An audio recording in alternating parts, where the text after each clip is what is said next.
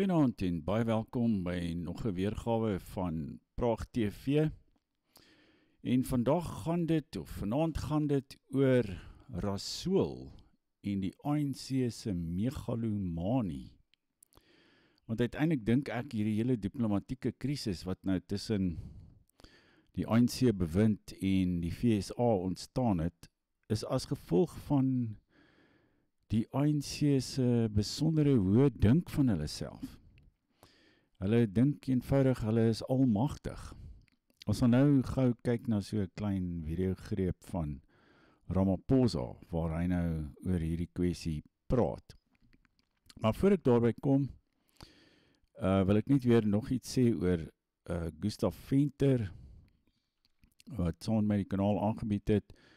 Ek gaan nou môre vir Riesburg toe om sy afskeidsdiens by te woon. Ek sal die besonderhede hier op die skerm sit. Hy word dan môre 10:00, ek weet nie of hy begrawe word of hoe dit gaan werk nie, maar dit is 10:00 by die NG Kerk op Riesburg. Dit is baie mooi kerk ook. Is een van blykbaar laaste ook daar was saam met Gustav en sy eggenote of sy weduwee nou. Het ons 'n bietjie foto's geneem met daardie kerk en dis blykbaar een van die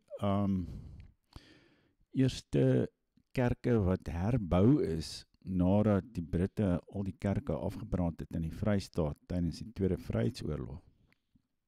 En dis so 'n klipkerk. Ek dink is 'n gepaste plek om afskeid te neem van Gustav. En vir diegene wat nie kan kom nie, is 'n tamelike afstand, dis vir 300 km van Johannesburg en Pretoria af, dink ek. Daar gaan ook 'n regstreekse stroom wees, soos op hierdie kennisgewing vermeld word. En ek sal dit ook uittik en hieronder in die beskrywing van hierdie video plaas, so diegene van u wat belangstel kan dit môre vanaf 10:00 regstreeks volg van die kerk af. Ja, en dan wil ek ook daarmee saam almal bedank wat vir hulle boodskappe van medelee en ook mense wat natuurlik ook geld geskenk het vir Irma, Gustav se weduwee, daar so omtrent R6.000 ingekom. En onder andere ook 2 tamelike groot skenkings van oorsee, een van Nederland en een vanuit Engeland, vanuit die Verenigde Koninkryk, wat wys in welke mate die invloed van ons kanaal tamelik wyd oor die aardbol strek. Ek sal ook nog steeds die skakel vir diegene wat nog ietsie wil bydra vir Irma hieronder in die beskrywing plaas. As ook natuurlik soos gewoonlik Hart van Duisternis se skakel. Ek sal Hart van Duisternis net weer op die skerm plaas.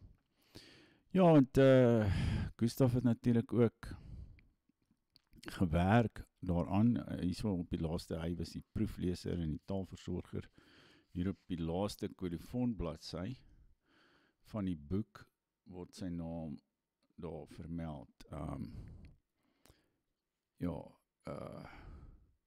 Is daar iewers proefleser en taalversorger Gustav Venter.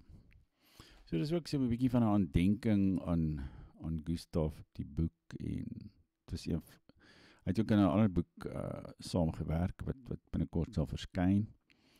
Maar dis die laaste 2 dinge waaraan hy eintlik gewerk het. Was hierdie 2 praagboeke gewees. Maar nou om terug te keer na die onderwerp van hierdie bespreking, ek sal so, dis 'n bietjie so 'n goeie oorgang na Ramaphosa toe nie, maar kom ons maak dit maar. Hy het hom toe uitgelaat oor Rasool, oor die feit dat Amerika nie eintlik belangstel om met die ANC bewind te praat, selfs oor die feit dat hulle die ambassadeur uit die land uitgesit het.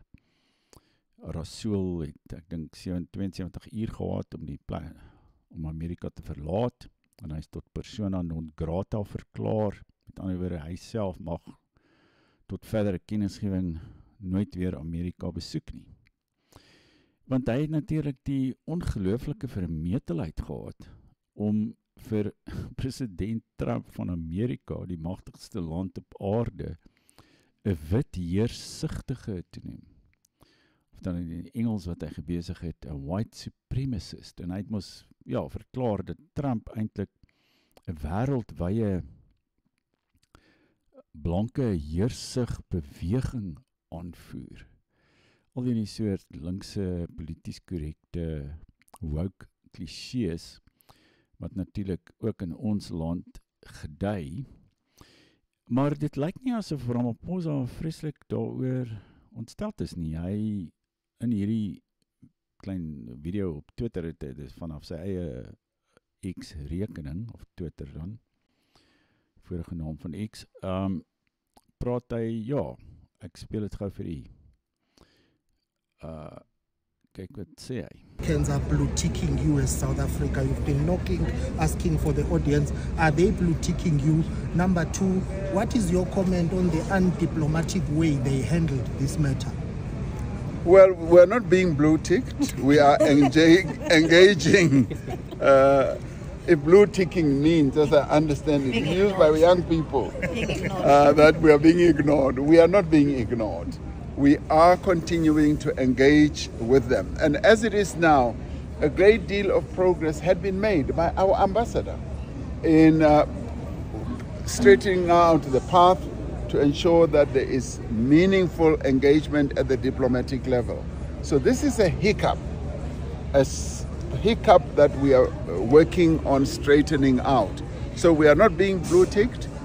We cannot be blue-ticked, because we are such an important player to the United States of America, as they are an important player to South Africa, from a political point of view, from a trade point of view, and from a whole number of other important points of view. So we are not blue-tickable, if I can use that term.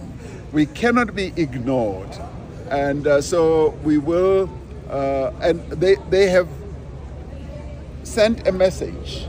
They sent a note verbal to inform us about the action that they took. So that shows that they have formalized the communication. So we are not being blue-ticked. We are being recognized, much as it first came out in a tweet, but it did finally come out in a formal communication. And we will engage with the United States of America in a formal way. We will do so with deep respect for them and for President Trump as well. We will deal with the U.S. as an important global player, as we are also an important player. So our relations with the United States are going to be put on even keel. So I would like the people of South Africa not to have sleepless nights, have peaceful nights, knowing that we are working on ensuring that this relationship is put on a good footing going forward, because we trade together, we play together in various sports, and we are political interactors in a number of forums, and so we have to deal with each other without.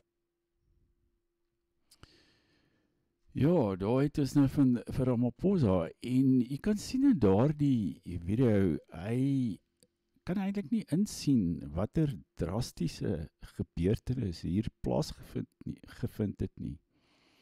Die FSA het vir Rasool, en ek hou nogal van die manier waarop mense dit in Afrikaans deesdae uitspreek, want hy is 'n sool. Ek weet nie, toe ek op hoërskool was of iets, was dit so half 'n belediging om iemand 'n sool te noem. So 'n rasool, die raserige sool, wat hom so uitgelaat het as ambassadeur in die FSA. Dit is eintlik ongehoord in ons land se geskiedenis dat so iets gebeur het. Maar vir Ramaphosa, hy noem dit 'n hiccup. Dit is 'n klein soort van klippie in die pad of iets, jy weet, of 'n klein spoedhobbeltjie of iets waar ons gery het en alles is nou weer reg.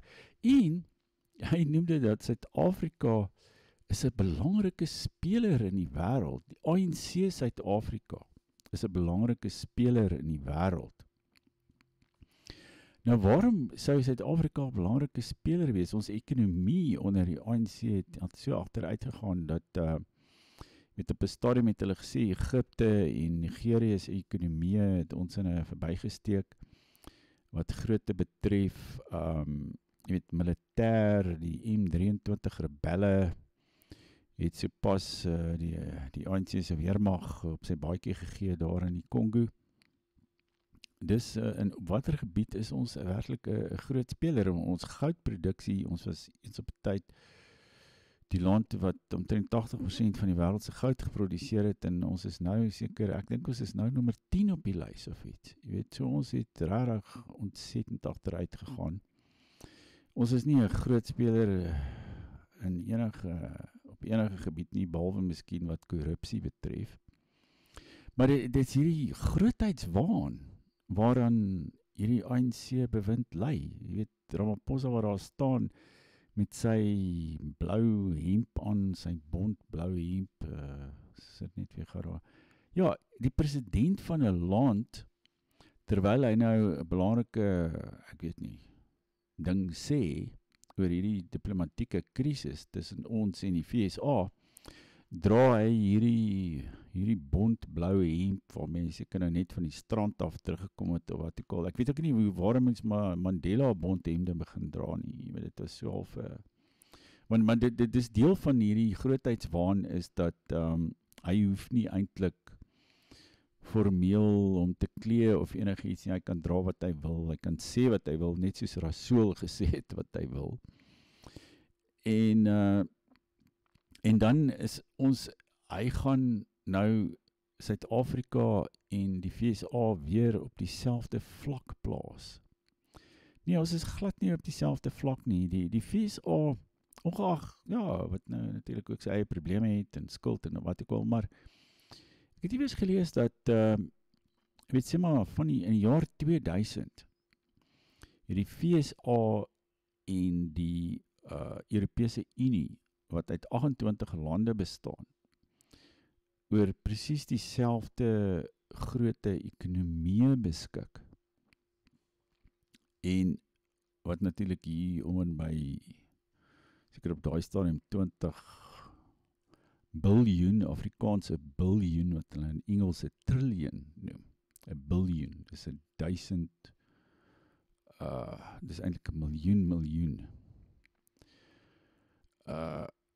Ja, is 1000 miljard. Dit het hulle, ja, dit was die grootte van die Europese Unie en Amerika se ekonomie, maar toe het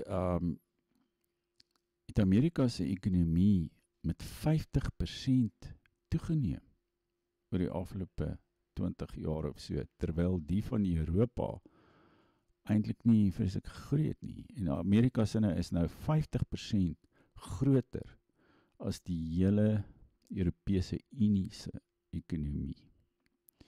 So dit en Suid-Afrika is, ons is seker 1% daarvan of iets van ons. Ons is niks wat ekonomiese grootte betref nie. Dit is ja, België of enige klein landjie of Skandinawiese land amper het 'n groter ekonomie as die van Suid-Afrika. Nederland wat so groot, met 'n grondgebied so groot soos die Krugerwildtuin, het 'n ekonomie wat seker 2 of 3 keer groter as Suid-Afrika is, en hy is met, hulle het maar wat 16 miljoen mense, hier het loop meer as 60 miljoen mense rond in hierdie land.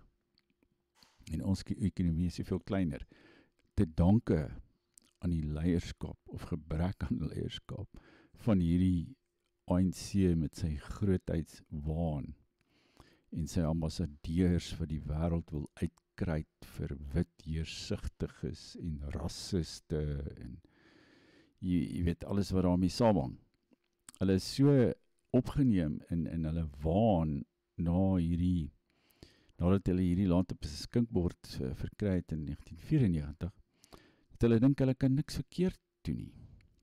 En natuurlik word die infrastruktuur wat ons geskep het in hierdie land ook beskou hulle as hulle sinne. Hulle het dit tot stand gebring. Hulle beheer dit. Hulle mag daar mee uitoefen. Hulle vlieg die hele wêreld vol met ons belastingbetalers se geld, bly in 5-ster hotelle en hou partytjie, alles wat daarmee saamhang. En ek dink dit is onderliggend aan Rasool se uitspraak, is dat hy gedink het, hy kan maar vir die president van Amerika sê wat hy wil, want hy's 'n magtige man uit hierdie magtige land, Suid-Afrika, wat deur hierdie wêreldleiers, soos Ramaphosa en eens op 'n tyd Mandela en Mbeki en wie ook al, natuurlik aan die spits gehad het. Maar daar was nou 'n ander klein video wat vir my interessant was, wat ek het toe maar saam met my eie weergawe daarvan gemaak, van Rasool self, en waar eintlik die masker so effens afkom, van al die leuns wat die ANC oor die jare kwytgeraak het. Want kyk, ons het mos nou 'n misdaad teen die mensdom gepleeg in Suid-Afrika. En jy weet, ons is erger as wat in Suid-Afrika plaasgevind het, is erger as wat Stalin gepleeg het in Rusland, of Mao Zedong in China, of Pol Pot in Kambodja, of wat ook al. Alhoewel, daar's nooit enige feite om dit te staaf van ons oorgedra nie. Dit is net eenvoudig hierdie retoriek, presies dieselfde soort retoriek as wat daar teen Trump toegepas is. Die retoriek van beledigings, van beskuldigings, van verguising, wat die ANC en sy meelopers, veral natuurlik in die media en ook in ons media. Want kyk, ons media het natuurlik ook verskriklik teen Trump te velde getrek. Ek dink dis nog 'n rede hoekom Rasool, die sool uit die Weskaap, hoekom die sool gevoel het, hy kan maar net sê wat hy wil, want ons media sê in elk geval wat hulle wil. Ek weet nie, as 'n mens, ek dink Piet Kroukamp, as jy hom, individu waaroor ons ook al op hierdie kanaal 'n bietjie gepraat het, ek dink die dinge wat hy al met Trump kwytgeraak het, ek dink as Trump enigstens 'n prokureur of iets in Suid-Afrika gehad het, dan kon hy hom seker verlaster daarvoor. En seker miljoene rande van hom eis, want ek dink hy het al erger goed oor Trump kwytgeraak. Hy en baie ander, as wat Rasool, die ambassadeur, gesê het. Maar nou, wat die masker so effens afgly in hierdie video, as ek net vir die wys, is in hierdie volgende, is baie kort, net gou, Whatever we've experienced in South Africa is on steroids in Palestine. In terms of we apartheid have and never violence. had bombs dropped on us by the white supremacist apartheid government. We have never had soldiers deployed with automatic weapons to mow us down. We have never had situation where no food was allowed into our townships. We've never had the bombing of hospitals and schools and universities where black students were.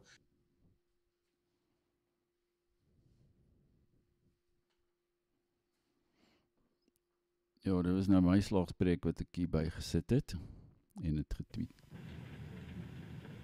Our policy is one which is called by an Afrikaans word apartheid. And I'm afraid that has been misunderstood so often. It could just as easily, and perhaps much better, be described as a policy of good neighborliness, accepting that there are differences between people.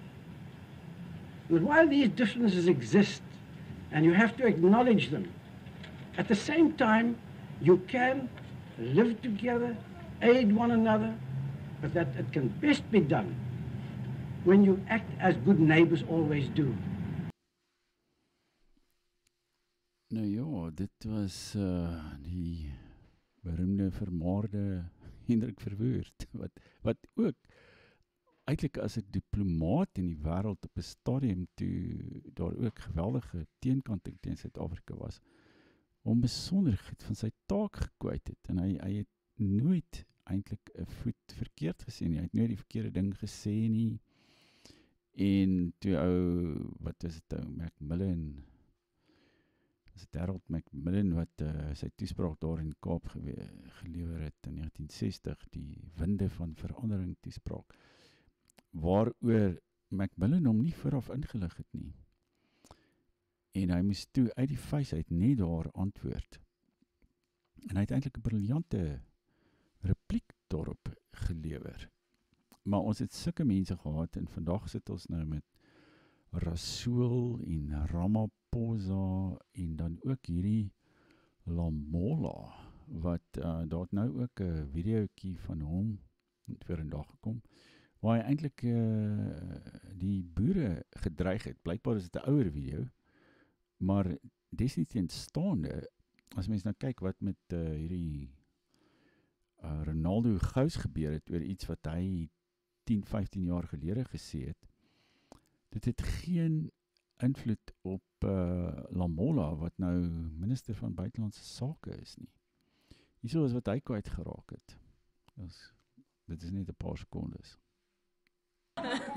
We are just giving a warning to white South Africans that they must voluntarily bring back the land and voluntarily bring back the mineral resources. There will be a moment where these service delivery protests are going to go to invade the land of Mr. Van Tonder or Mr. Van der Merwe.